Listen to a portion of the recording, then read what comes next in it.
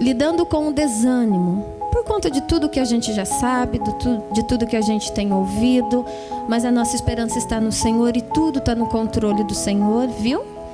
Então muita gente está desanimado, desesperançado, né? Atribulado de alma, repensando em tudo, se adaptando, reorganizando. E tem dia que dá mesmo uma canseira, né, querido? Junto com preguiça, porque a nossa vida estava tudo organizada mediante o que a gente já sabia, o que a gente podia, e de repente a gente está tendo que se adaptar muito. Naturalmente o desânimo vem. E junto com o desânimo vem o quê? A depressão. Então eu queria falar um pouquinho com vocês sobre lidando com desânimo versus depressão, tá? E a nossa conversa vai estar baseada em 1 Reis 19. É sobre o profeta Elias. Eu acho também que você já deve ter ouvido falar desse homem Elias, né? O profeta de Deus. Então, em 1 Reis 19, fala do profeta Elias. Se você for ler o contexto, Elias era um homem dedicado ao reino de Deus da época dele, né? Ele trabalhava juntamente com os outros profetas. E aí teve aquele desafio, né? Da mulher de Acabe, Jezabel, para evocar o Deus que trouxesse fogo. Esse sim seria o Deus de Israel. E aconteceu que houve toda a organização do evento. Os profetas de Baal organizaram todo lá o holocausto e tal, para ser sacrificado e para o Deus de Baal mandar fogo. Só que eles clamaram de manhã até meio-dia e não acontecia nada. E eles gritavam, por favor, nos atenda e tal, e não aconteceu nada. E aí Elias mandou reparar o altar, mandou reparar o holocausto e começou a orar, e o fogo de Deus caiu. E depois que isso aconteceu, Jezabel virou uma capeta atrás de Elias. Ela ficou furiosa porque Elias tinha ganho a questão de qual Deus era Deus de Israel. Ficou muito claro para todo mundo que era o Deus vivo de Elias. E aí ela começou a perseguir Elias. E aí o negócio desandou, querido. Um homem de Deus cheio de determinação, de repente estava escondido, desanimado. E aí ele foi se esconder de Jezabel. E aí que a ministração de hoje entra. Elias se escondeu na caverna e Deus deixou ali no tempinho para ele, sabe? E eu vou ler com você, está escrito, acompanhando da sua casa, 1 Reis 19. Olha, eu vou ler para vocês, 1 Reis 19, a partir do versículo 1. Quando Acabe contou à rainha Jezabel o que Elias havia feito e que ele tinha matado os profetas de Baal, ele mandou este recado a Elias: você matou meus profetas, e agora eu juro pelos deuses que vou matar você amanhã a esta hora. Então Elias fugiu para salvar a sua vida. Foi para Berseba, uma cidade de Judá, e deixou ali o seu criado. Depois foi sozinho para o deserto, viajando o dia inteiro, e sentou-se debaixo de uma moita de zimbro e ali orou, pedindo a morte. Você imagina, queridos? Então o que eu quero comentar com você? Que na mesma hora que a gente está determinado, cheio de força em Deus, confiante, o Senhor vai fazer, o Senhor me curou, Ele prometeu. No outro dia a gente já, ou passa-se alguns dias, a gente já está meio desanimadinho, uma luta nova, a gente já perde um pouco o foco. E normal para nós, condição normal do ser humano, que aconteceu isso com Elias. Elias foi todo cheio de força, venceu a batalha, provou que o Deus de Israel era o Deus vivo, e de repente ele estava com medo de morrer por uma mulher. E aí ele foi e fugiu. E aí que entra o cuidado do nosso Deus. Então por isso que eu vou deixar um conselho aqui para nós. Quando uma pessoa estiver meio desanimada, a gente tem uma mania muito ruim de lidar com isso. A gente, na intenção de ajudar, a gente começa a dizer coisas que mais magoam a pessoa, que mais aborrece a pessoa do que anima. Então vamos ter paciência, vamos ter amor, vamos ter palavras boas, vamos realmente animar e não dizer para ela o que ela fez de errado, por isso que ela está nessa situação. Então fica a dica para você. Quando você vê alguém desanimado, abrace, ore, chore em oração com ela, para que realmente ela sinta o seu cuidado, porque ela não precisa de mais alguém dizendo para ela o que ela fez que não deu certo, viu? Então, quando alguém está desanimado, seja carinhoso, Elias naquela época estava muito parecido conosco antes dessa pandemia. Estava muito ocupado, sabe? Cuidando das coisas de Deus, é verdade, mas ele estava muito ocupado. E o nosso Deus, ele nos deixou o exemplo de ser ocupado. No 7º dia ele descansou. E Jesus também fazia muito milagre, muitos milagres, mas ele sempre tinha um cantinho para descansar e um cantinho para orar. Isso me conta para mim, conta para você, que a gente pode ser ativo, proativo, a gente pode ser determinado, a gente pode ser focado, mas nós temos que ter o nosso descanso, a nossa fase de tranquilidade, porque senão realmente a gente não aguenta. Viu, meus queridos? E eu acredito que aconteceu isso com Elias.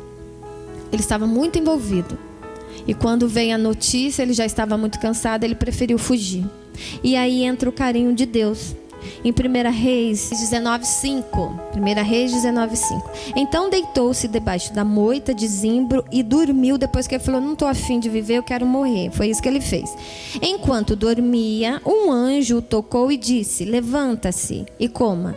E ele olhou em redor e viu um pão que estava assando sob pedras quentes e uma garrafa de água.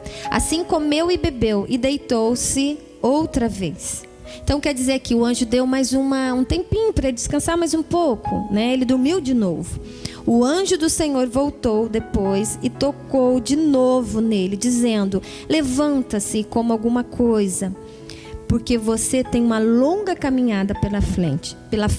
E que o anjo, que Deus fez por ele através do anjo? Levou comida, levou pão, cuidou do físico dele, trouxe força novamente para o corpo de Elias, que estava esgotado. Então, quando a gente for fazer alguma coisa por alguém, observe as condições à volta dele primeiro, querido. Não adianta a gente apresentar um maná do céu sem a gente dar uma estrutura para a pessoa. Não adianta falar de Jesus se a barriga dele está roncando de fome. Não adianta falar de Jesus se ele não tem um lugar para descansar, um aconchego, um banho quente. Então que o Senhor tenha misericórdia de nós enquanto igreja e que nos ajude a observar essas coisas e essas necessidades, tá bom? Então, primeiro lugar, há uma necessidade de você cuidar do outro fisicamente. Traga para ele o que ele necessita. 8. Ele se levantou, comeu e bebeu, e o alimento lhe deu força suficiente para viajar 40 dias, ó o milagre de Deus, e 40 noites, até o Monte Horebe, a montanha de Deus, onde ele foi abrigar-se numa caverna. E aí o Senhor perguntou, o que faz aqui?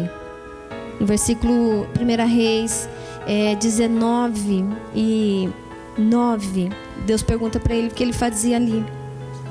E aí ele teve uma conversinha e Deus passou como relâmpago, e Deus passou como brisa, e Deus passou como terremoto. Você fala assim para mim, nossa, Rô, todo mundo fala depressão, mas às vezes a depressão você pode classificá-la assim como a perda do humor, né? A pessoa que está depressiva, ela perde totalmente o humor. E a notinha que eu tenho aqui, olha, eu achei muito interessante, por isso eu anotei. Podemos dizer que a depressão é a perda profunda do humor, causada pela tristeza e o sofrimento moral. E as causas são muitas hoje. As causas de Elias foi o quê? A batalha com Jezabel, a mulher do rei Acabe. E hoje pode ser que alguém possa estar acometido de alguma depressão por materialismo, por competitividade, por preocupações, por situações difíceis, né? Por decepções com pessoas, por decepções no casamento. Então isso pode trazer, né, a perda da alegria e do humor e uma tristeza profunda em instalar o coração. E aí eu queria compartilhar outra coisa com você. Você sabe a diferença de emoção e sentimento? Eu, falar a verdade para vocês, eu não sabia muito bem. Hoje eu aprendi também. A gente sempre fala muito de emoção, mas a gente acha que emoção e sentimento são as mesmas coisas, estão muito próximos, é verdade, é bem tênue a linha. Mas olha, emoção geralmente ela é passageira, ligada a um acontecimento, mas de uma forma precisa. O sentimento é uma emoção que persiste independente dos acontecimentos ficar. Então eu vou dizer um exemplo assim para você. Por exemplo, aí no exterior é muito comum bombas explodirem, né, e tal e tal. E as pessoas por um tempo ficam com medo, mas aquele medo passa. E conforme o tempo vai passando, elas voltam e e transitam naquele lugar, uma vez que foi, né, explodido e muita gente morreu. Então, assim, o medo instantâneo é a emoção, a gente poderia dizer. E o sentimento é aquele que fica. Então, quando alguma coisa muito ruim nos acontece, a gente fica com aquele medo, o coração, né, sofre. O tempo vai passando, as coisas vão ficando mais organizadas. O que ficar dentro do seu coração, esse é o sentimento. Então, a emoção ela é aflorada, o sentimento é persistente. Tá bom? Espero ter sido clara para você ter aprendido mais um pouquinho que eu aprendi com isso. Por que eu estou dizendo isso? Para você avaliar se realmente são emoções fora do lugar ou se realmente são sentimentos estabelecidos dentro de você. Tá bom? Se é um medo, se é tédio, se é ansiedade. Tudo isso eu creio que vai passar por conta da gente estar se organizando novamente. Tá ok?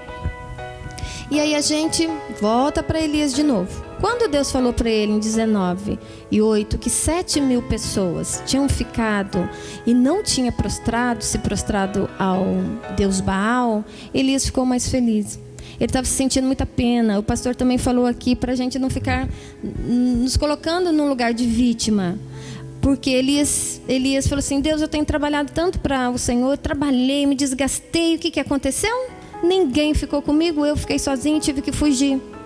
E ele não sabia que Deus tinha conservado 7.000 pessoas como remanescente, intercessores pela vida dele. Muitas vezes você pode estar triste e amargurado, porque você ora tanto por alguém, você peleja tanto por alguém e nada acontece. Mas a palavra de Deus diz em Zacarias 4:6, que não é por força nem por violência, mas é pelo Espírito de Deus. É Ele que vai fazer a transformação, é Ele que vai conduzir as pessoas. Se você está desanimado de tudo que eu tenho falado aqui, você fala, você não conhece a minha luta, eu tenho lutado tanto por alguém, e esse alguém não me escuta, esse alguém não me valoriza, esse alguém, meu filho não dá ouvido, eu tenho orado pelos meus pais, mas não desanime, querido, seja intercessor, quem vai fazer a obra, o convencimento é o Espírito Santo. Quando Deus falou com Elias, quando Deus se apresentou a Elias lá no monte, eu achei 3 atitudes muito importantes de Deus para a vida de Elias e a gente precisa seguir esse exemplo. Primeiro, Deus deu um tempo de descanso para ele, que eu falei para você. O anjo por 2 vezes tocou em Elias e deu pão e água para ele. Ele dormiu, o anjo levou pão e água. E o anjo deixou ele dormir novamente e levou pão e água novamente para ele. Então Deus cuidou da canseira física dele. Depois Deus trouxe palavras carinhosas, palavra de ânimo, dizendo para ele que ele estava com ele, para ele não temer. Tipo assim, o que eu comecei a fazer através de você, eu vou terminar, Elias, fica tranquilo. E a terceira atitude que Deus deu para Elias foi um amigo especial.